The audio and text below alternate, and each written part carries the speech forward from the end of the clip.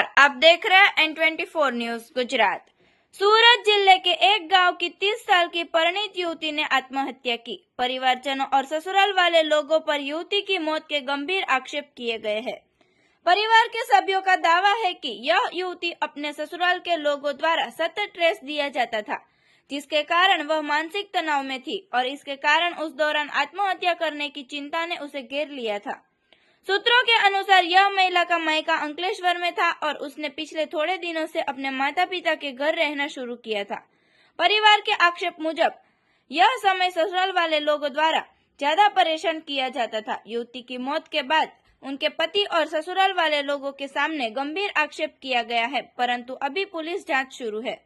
हाल में पुलिस यह मामले में जांच कर रही है और ज्यादा माहिती मिलने की कोशिश की जा रही है।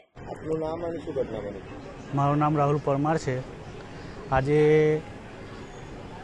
જે ઘટના બની તે મારી નાની બેન છે શિલ્પા પરમાર। એને સાસરી પક્ષથી માનસિક રીતે ટોર્ચરિંગ કરવામાં આવી છે, જેના કારણે એ આજે બનાવ બન્યો છે એ લોકોના ત્રાસના લીધે જ બનેલો છે। ઘરના એ લોકોએ માનસિક રીતે ટોર્ચરિંગ કર્યું છે બેનને। 3 દિવસ પહેલાં પણ અમે મળવા ગયા હતા તો એ લોકોને સમજાઈ બુજાઈને પટાવ્યું હતું ને એ લોકો જાતે જ ઘરે લઈ ગયેલા હતા એમને। એમના લગ્નને 5 વર્ષ થયા। બેન સાથે વાત થયેલી ને બેને જણાવેલું જ હતું કે આવી રીતે એ લોકો ટોર્ચરિંગ કરે છે। ના, છોકરા નથી।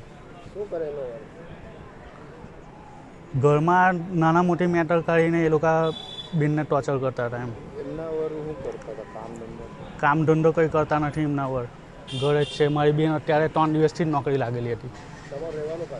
મારું રહેવાનું અંકલેશ્વર, ધનલક્ષ્મી સોસાયટી, સુરતમાં નહીં, અંકલેશ્વર પ્રોપરમાં। એમનું રહેવાનું પાલ।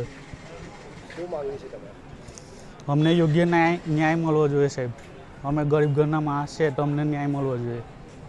देखते रहिए N24 न्यूज गुजरात, सिर्फ हम तक ही नहीं सब तक।